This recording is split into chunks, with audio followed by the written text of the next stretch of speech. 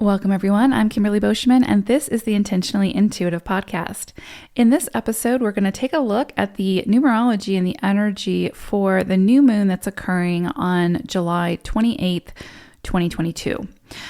First, we're going to take a look at the collective energy, which of course we are all a part of, and we will feel that energy. And then I'm going to break it down into each life path number. So this, of course, is a general reading. If you would like a personal reading, please book some time with me. My information is in the description box below, and I would love to work with you. All right, so I want to sort of focus on the illumination of the 1 and the 5. So collectively, those are influences that we'll be feeling the most pronounced. With the 1 energy, we are getting the invitation to be more assertive, not more aggressive, more assertive in going after what we want. There's a fire that's being lit beneath us to motivate us into action and not allowing fears of failure or not fitting in or whatever story we tell ourselves why we can't do something that's keeping us from achieving our goals and building towards our dreams. So this energy helps us to find our courage and our confidence to speak up and share our ideas and gifts, no matter how unconventional or misunderstood they may be. So with 1 energy, the idea or vision arrives, we take action to create that vision, and then we present the final product. If we try to get people to understand ahead of time, something new, something unique, we're sort of wasting our energy and resources trying to do that. Create it and then show people its magnificence. 1 energy doesn't wait for the acceptance or the approval. It makes things happen with or without approval from others. The key with this energy is to have a controlled burn. So big starts are great, but if you are building something, you need endurance, right? And sometimes 1 energy can be like that fire that's just combustible, and once it starts, it just spreads. And so it's really important for those of us feeling that energy, and especially if you're a life path 1, to sort of find ways to work with that energy so that it's not just burning up everything that you're touching or trying to work towards, right? Because you need the endurance. So pace yourself with this energy. Pay attention to the details and be really mindful of what you burn as you blaze this new trail. So with this 1 energy, think of new starts, independence, autonomy, big risks. This is a great time to take big risks. If with or without high stakes, right? I mean, you have to do what's best for you in your circumstances. I'm not advising you what to do, but the energy is supportive for taking those big risks, especially if it's something that keeps coming in for you and keeps calling to you to take action on, right? This is a beautiful energy for that and for going for it. So this is also great energy for, think of an unconventional approach. So finding a solution to something that hasn't been found before, right? And a lot of times the way to find a new solution is to think outside the box, is to think unconventionally. And so this energy, especially coupled with the 5 energy, is really promoting unconventional thinking and taking a new approach to something that we have been maybe gotten stagnant on how we've been approaching it or what we've been doing or whatever the case may be. But this is going to give us that motivation and that passion to, again, pick things back up, take an unconventional approach, see things differently, and maybe, again, approach things a little bit differently. Passion, perseverance, and perseverance against the odds is really highlighted with 1 energy. So you've got everything that you need as far as the supportive energy behind you to go after whatever it is that you've been wanting to go after and create whatever it is that you wanted to create, right? And so with such strong 5 energy present, we can then also expect abrupt change, major transformation, and perhaps some level of restlessness. So 5 energy is an energy that is so big that it wants to be constantly moving. It needs constant change. Like mundane, boring is not it's kind of like a polarity for 5 energy. And so there can sometimes be, because, in life, there are things that we need patience with. There are things that we need to take our time with. And so for 5 energy, that can create restlessness. And so it is very possible, especially combined with the 1 energy, that's this fire energy, that we can feel restless, especially around projects or situations that maybe haven't been moving as rapidly as we have wanted them to, or maybe around situations where we haven't seen the outcome or the gratification or instant gratification that maybe we've wanted. And so you can kind of feel a little bit of restlessness around that. Pay attention to where you're feeling the restlessness though, because if it's something where it's like, it's a situation in your life that's gotten so mundane and so routine, then that's your soul kind of saying, hey, let's shake it up a little bit. Let's do things a little bit differently. Let's add some more spice to this because, to reignite that passion, right? And again, especially coupled with 1 energy. So pay attention to where the restlessness is coming in. If it's strictly coming in around something where you're just sort of pissed off because it hasn't produced the results yet, then that could just mean that, hey, it just needs to take a little bit more time, right? Like just needs a little bit more time to cook. So, but if it's coming in around something that actually has gotten really stagnant or mundane, then maybe you need to take a look at that and see how you need to spice things up or change things up a little bit. So pay attention to that. So again, if anything has become stale, mundane, or energy depleting, if anything's sort of depleting your energy, then this illumination will bring the windstorm to sort of shift that energy in a big way. So with this, expect the unexpected, always with 5 energy. You may think you know how something was going to play out, and this energy sort of comes in and brings that game changer or the lightning bolt or the awakening that brings unexpected clarity and shifts your experience like 180 degrees. So this energy can absolutely keep us or catch us off guard, but it's working with us to work with that 1 energy to motivate us to make that change, to do something different, to see things differently, to ultimately enhance and up-level our lives in a good way, right? So whatever this highlights for us, whatever this 5 energy highlights for us, we can expect some level of shock or surprise and a change in direction. And again, this also goes for like on the global stage, like collectively as well. This is a universal energy that we're working with, this 5 and this 1. So of course, this is a general reading. So not everyone will sort of feel the energy the same way, but it is present, right? And it is there for us to work with. And again, it's collective. It's a universal energy. So we will see it in some way, shape, or form play out on a global stage.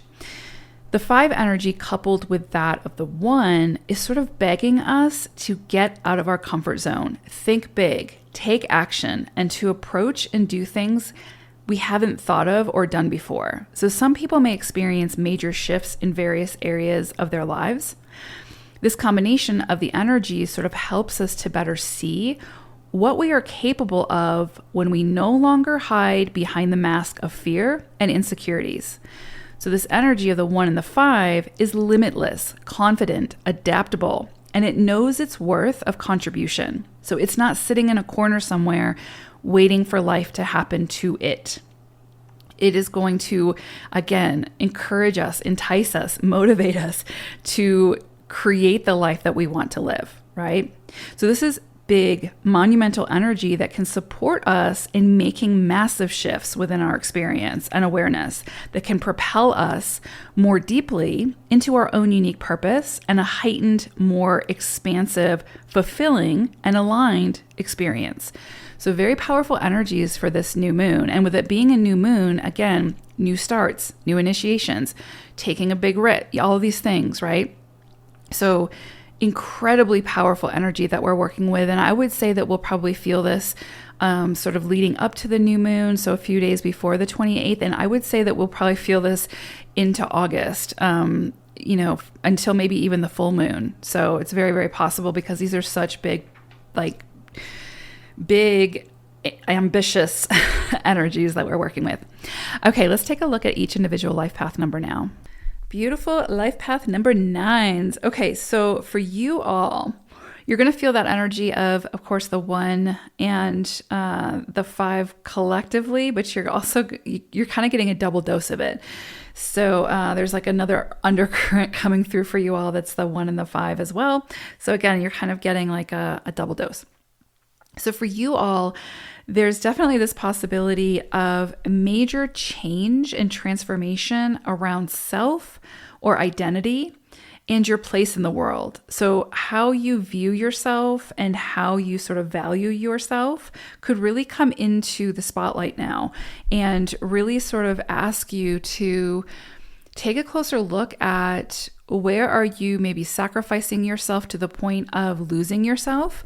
Where do you need to set those healthy boundaries? Where can you be more assertive in asking for what you need or going after what you need? So like in astrology, you would think of this as like maybe the first house energy, right? Like again, about the self and really taking into account like what it is that you need. Because again, first we have to like figure that out before we can help others. And as 9, right? Like 9 life paths, this is a selfless lifetime, but it is also very crucial that you sort of know your worth and your value and respect yourself before you sort of go out in the world and try to help others, right? So I feel like this could really highlight for you where it is like maybe you need to take a closer look at how, the self-respect that you have for yourself, and are you letting others disrespect you in some way that maybe you need to address?